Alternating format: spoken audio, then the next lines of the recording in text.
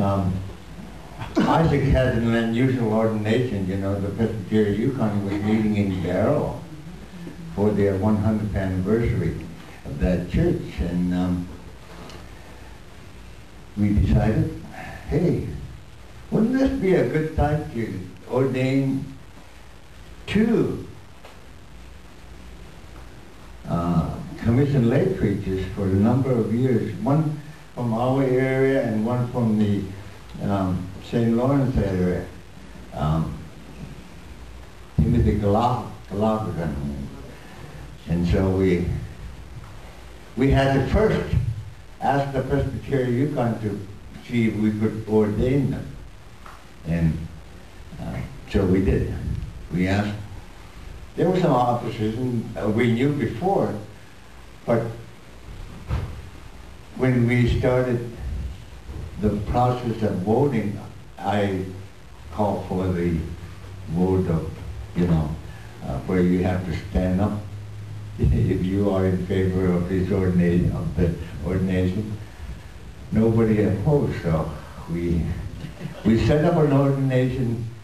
Marianne and I worked so fast in our life, we didn't know, Somebody said, how about order of worship? Right here. We had worked till midnight, 2 o'clock in the morning to get the... first we had to translate the Book of Order questions. Do you believe in... Well, those things we had to translate into Nageak first. And so we did that during that time. And so Isaac could really understand what he was getting into. And so we had the ordination on a Saturday evening or something like that. So Isaac has been an inspiration for me, and also a man that puts you down quite a bit if you listen to what, without any words. For example, I went to high school. Marianne and I went to high school at Sheldon Jackson. We graduated together. She was a saluted valedictorian, and I was the salutatorian. The only reason why she's salutatorian was because in the springtime, when whaling season begins in Barrow, I look out the window in the English language classroom and see these people going whaling. And I got a B+ in English. Anyway, that I went to University of Alaska, class of 73, to get my degree so I could go to seminary.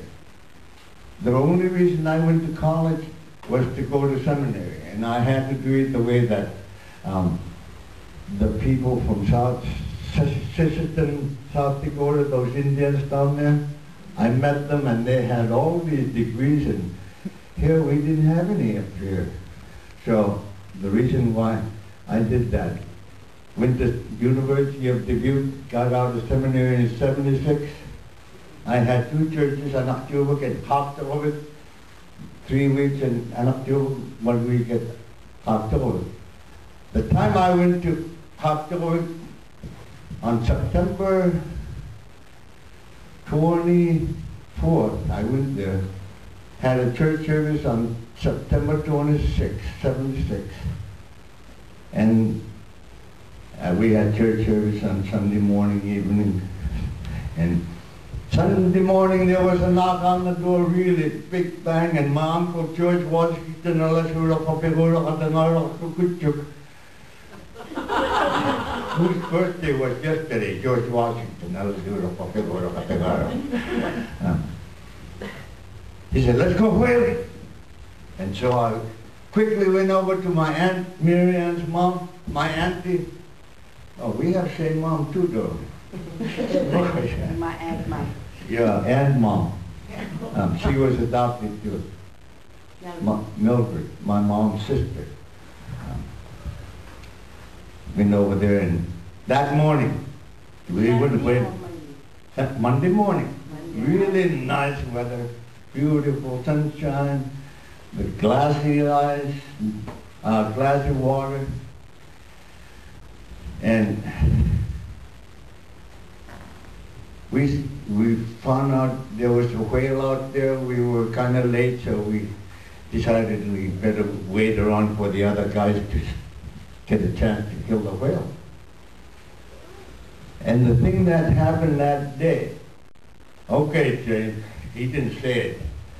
He had it in his mind, said, okay, James, you went through college, and you went through seminary, you learned all of these things. Now here's the whaling gun. And he handed it to me. Oh man, I never shot one of those things before. Never shot at a whale before either. And here I went to school.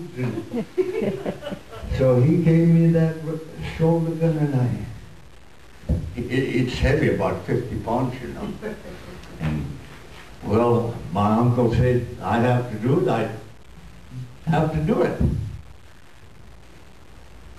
At 10:45, my cousin Joe, his son, was behind running the 14-foot skiff, lung with the 40 hose in the back, and the whale was 35 feet. We went right up against it, and I went down like this. That was my first experience of shooting a whale. 10 minutes later, the whale was dead. It went right up on, and 15, half an hour later, I started shaking. I never shake. It was 45 degrees, and I have all this, you know, I was sweating, but why was I shaking? That was your degree? Huh? That was my degree, I guess. He tested me whether I would be able to minister to the Nageak people, not just from the seminary education I got, but also the education that these people gave me. My mom, Isaac, and there's Uncle Perry, who's older than he is.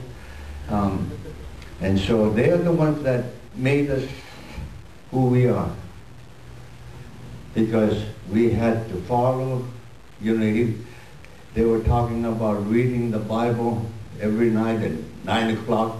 My grandfather used to say, you have to come to my house and we're going to read the Bible. Every night at 9 o'clock at night.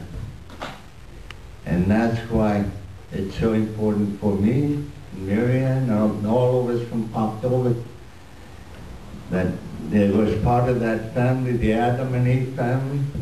It is so important that we can have a fellowship.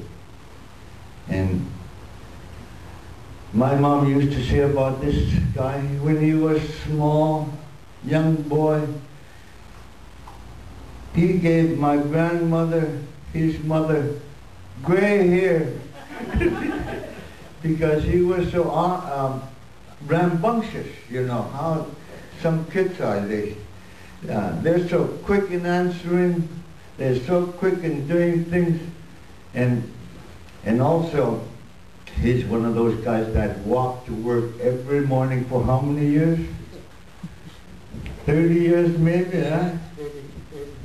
35 years. He used to walk to work to the dew line. That was his job.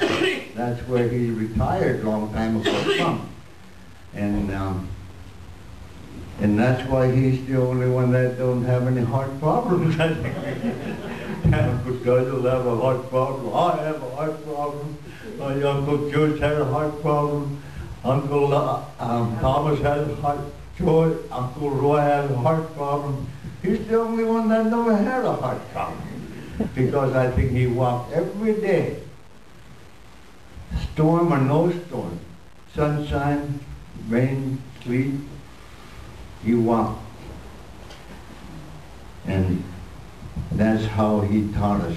He never talked to us very much. He just lived it, you know. They lived and we looked. We see the way that they lived. And so that's why it's really important. Mary Ann,